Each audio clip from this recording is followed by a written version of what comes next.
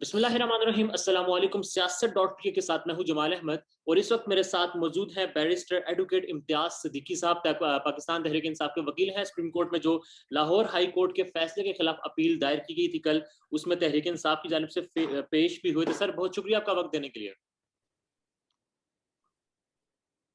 Welcome, sir. Thank you for inviting me.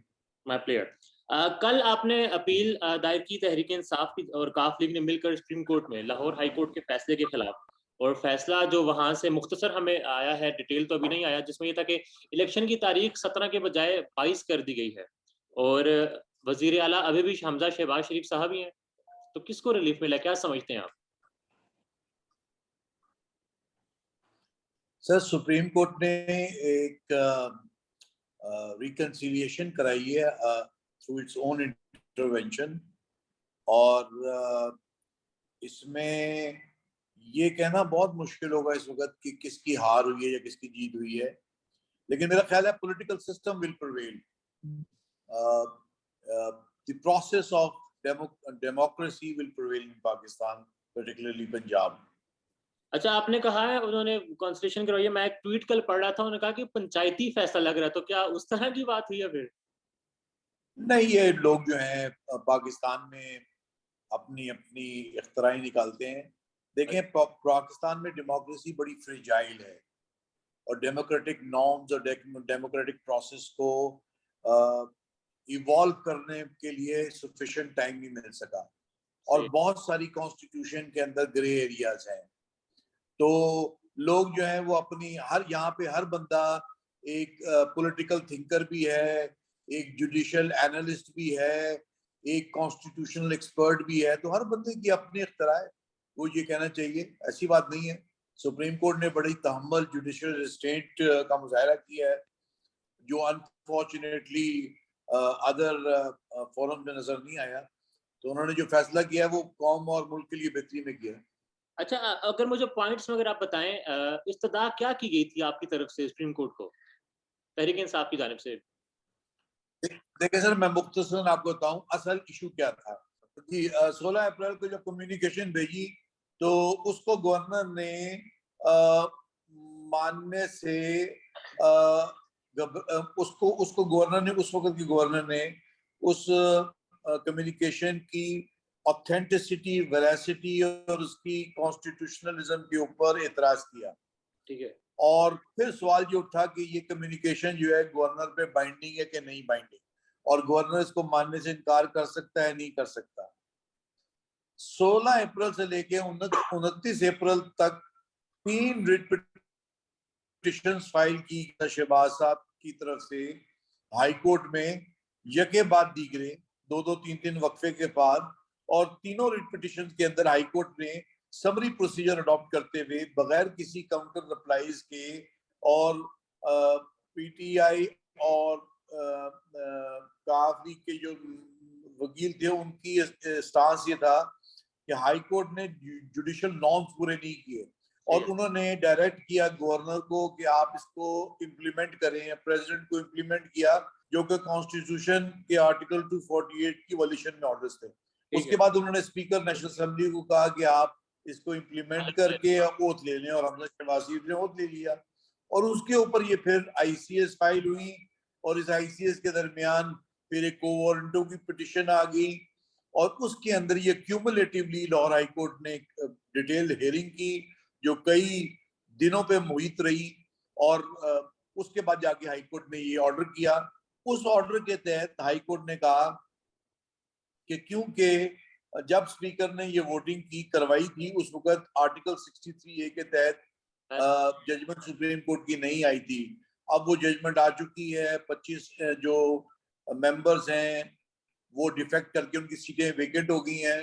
तो speaker को कहा कि आप जो कल गुजरी है 1 जुलाई को आप 4 बजे मीटिंग करें, उसमें से आप 25 वोट में उनकी काउंटिंग में जो 197 या 125 थे उसमें से उसे उन्हें डिलीट करें, और अगर वो 186 के फिगर पे नहीं आते तो उस वक्त हमजा शहबाज शरीफ साहब का जो नोटिफिकेशन है पुराना वो अनलॉफुल हो जाएगा, और चीफ मिनिस्टर के तौर पे वो बकायद नहीं कायम रहेंगे, और उनके जो पिछले एक्शंस हैं उनको हम डॉक्ट्राइन, डिफेक्टो डॉक्ट्राइन जो नेसेसिटी की एक डॉक्ट्राइन है, उसमें हम उनको प्रोटेक्शन दे रहे हैं।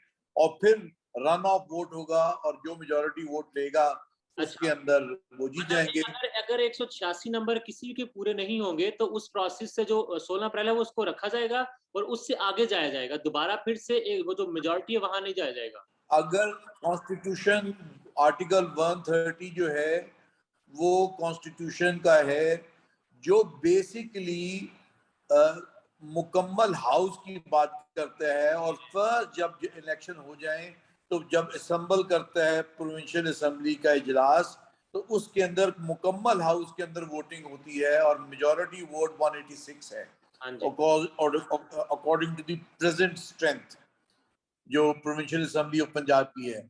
और अगर कोई बंदा 186 वोट नहीं ले सकता राइवल कैंडिडेट्स के अंदर, तो फिर रन ऑफ के अंदर जाता है सेशन के अंदर, और फिर जो बंदा हाईएस्ट वोट लेता है उसको वजारत चीफ मिनिस्टर अपॉइंट किया जाता है। सुप्रीम कोर्ट में लेकिन क्योंकि 25 मेंबर्स डिस्क्वालीफाई हो चुके हुए थे, तो इस वास्ते ये सारी डिस्प्यूट क्रिएट हो गई और बदमजगी भी एडमिटेडली हुई 16 अप्रैल के इजलास में। ठीक है। अब सुप्रीम कोर्ट का जो फैसला वो ये है कि हमजा शहबाज फिलहाल वजीर आला है, 22 तारीख को इजलास होगा और वो उसमें रन ऑफ इलेक्शन ही अब होगा, ऐसा ही है? सुप्रीम कोर्ट के जो ऑर्डर जो वर्बल अनाउंस हुआ है वो ये है कि as a interim arrangement Hamza Shahbaz साहब जो हैं वो चीफ मिनिस्टर रहेंगे निगरान के टिल। तौर निगरान का लफ्ज सुप्रीम कोर्ट ने कहा है कि आप इस्तेमाल नहीं कर सकते, क्योंकि निगरान वजीर आला उस वक्त होता है जब असम्बलियां डिसॉल्व हो जाएं, पर हो जाए। तो ये ऐसा मौका नहीं है। बट द जजेस in the honourable supreme court said कि हम कोई मुनासिब लफ्ज इस्तेमाल कर लेंगे इस इनॉमलस सिचुएशन के लिए। वो तो उन्होंने कहा कि आप हम पे छोड़ दें। हमजा शहबाज साहब जो हैं वो टेंटेटिवली वजीर आला रहेंगे 22 जुलाई तक, और उनका स्टेटस जो है वो इसी तरह डिटरमिन किया जाएगा। ये कहना कि वो परमानेंट चीफ मिनिस्टर हो गए हैं या वो टेम्पररी चीफ मिनिस्टर हैं, ये दोनों बातें मुनासिब नहीं है। वो एक पार्टीज ने एक्सेप्ट किया है सही है। कि वो रहेंगे। तो और इख्तियारात 22 को जब जी, जी जी, मुझे यहाँ बता दें उनके पास उनके मुकम्मल इख्तियार हैं या फिर इख्तियारात को कम किया गया है? डे टू डे इख्तियार तो डेफिनेटली उनके पास हैं। अब मुकम्मल इख्तियार से आपका मतलब समझ नहीं आ रहा कि वो क्या मुकम्मल इख्तियार आते तो हैं कल की जो तारीख से चीफ पहले मिनिस्टर तक उनके के पास लिए आप इख्तियार चाहते हैं। मेरा ख्याल है मुकम्मल इख्तियारात शायद नहीं होंगे। फॉर एग्जाम्पल मैं ये समझता हूँ, मुझे पता नहीं सुप्रीम कोर्ट क्या कहती है, जैसे चीफ मिनिस्टर एडवाइस कर सकता है गवर्नर को असेंबलियों को आप डिसॉल्व कर दें, तो प्रॉबेबली वो नहीं कर सकेंगे under the order of the supreme court, तो शायद ये उन पे लिमिटेशन लगी है। बट डे टू डे इख्तियार तो वो करेंगे। लेकिन ट्रांसफर और सुप्रीम पोस्टिंग्स कोर्ट ने वाले ये भी कहा इख्तियारात, है कि जी सर, ट्रांसफर्स और पोस्टिंग्स वगैरह जो है वो भी कर सकते हैं इस टेन्योर में 22 तारीख या उस पे कोई एतराज किया है, उस पे एतराज किया था पीटीआई और काफ लीग के वकला ने, तो उस पे सुप्रीम कोर्ट ने कहा है कि हम उसके ऊपर कोई अपनी डायरेक्शन या ऑब्जर्वेशन पास कर देंगे। उम्मीद तो आपको यही रखी जाती है कि वो कोई ऐसा काम नहीं करेंगे जो जो पॉलिटिकल प्रोसेस और इन कॉन्स्टिट्यूएंसीज के अंदर इलेक्शन से इलेक्शन को डिस्टर्ब करेगा। 22 तारीख के इंतखाब के जो तारीख है उसके अलावा और किन पॉइंट्स पर कल इत्तेफाक हुआ है काफ लीग और हमजा शहबाज साहब ने, तहरीक इंसाफ और हमजा शहबाज साहब ने? इत्तेफाक ये है कि एज एन इंटरिम अरेंजमेंट वो चीफ मिनिस्टर रहेंगे 22 तक, और 22 को जब हाउस मुकम्मल हो जाएगा और मेंबरान अपनी सीट पे आ चुके होंगे, तो फिर वहां पे पोलिंग होगी। अब ठीक। वो फ्रेश पोलिंग होगी, उम्मीद तो यही है बिकॉज हाउस कंप्लीट होगा और उसके बाद पोलिंग प्रोसेस आएगा। बट ये तफसीलात सुप्रीम कोर्ट की डिटेल ऑर्डर आने के ऊपर पता लगेगा। तो यही की जा रही है कि नया प्रोसेस डी नोवो स्टार्ट होगा दोबारा। ए और बी अगर हम बात करें, ए प्रोसेस ये है कि मेजॉरिटी यानी कि 186 वोट जो लेगा, अगर 186 जी, नहीं ले सकता फिर दोबारा रन ऑफ इलेक्शन। तो आप कह रहे हैं कि फिर रन ऑफ इलेक्शन होगा। उम्मीद ये है कि 186 वाला प्रोसेस ही दोबारा से दोहराया जाएगा। उम्मीद तो यही है सर। और सर यहाँ ये बताते हैं जो नए इलेक्ट होकर आएंगे उनका हलफ उससे पहले तक हो जाएगा? 17 को इलेक्शन है, रिजल्ट आते आते 19 तारीख हो ही जाएगी। 4-5 दिन का वक्फा इसी वजह से सुप्रीम कोर्ट ने रखा है, और उम्मीद तो मुझे अल्लाह ताला से यही है कि इलेक्शन कमीशन ऑफ पाकिस्तान सारे प्रोसेस को एक्सपीडिशियसली मुकम्मल कर लेगा, ताकि सुप्रीम कोर्ट की जो डायरेक्शन है उसको कंप्लाई किया जा सके 22 नया सेशन कॉल किया जाएगा, या जो सेशन चल रहा है यही कंटिन्यू किया जाएगा?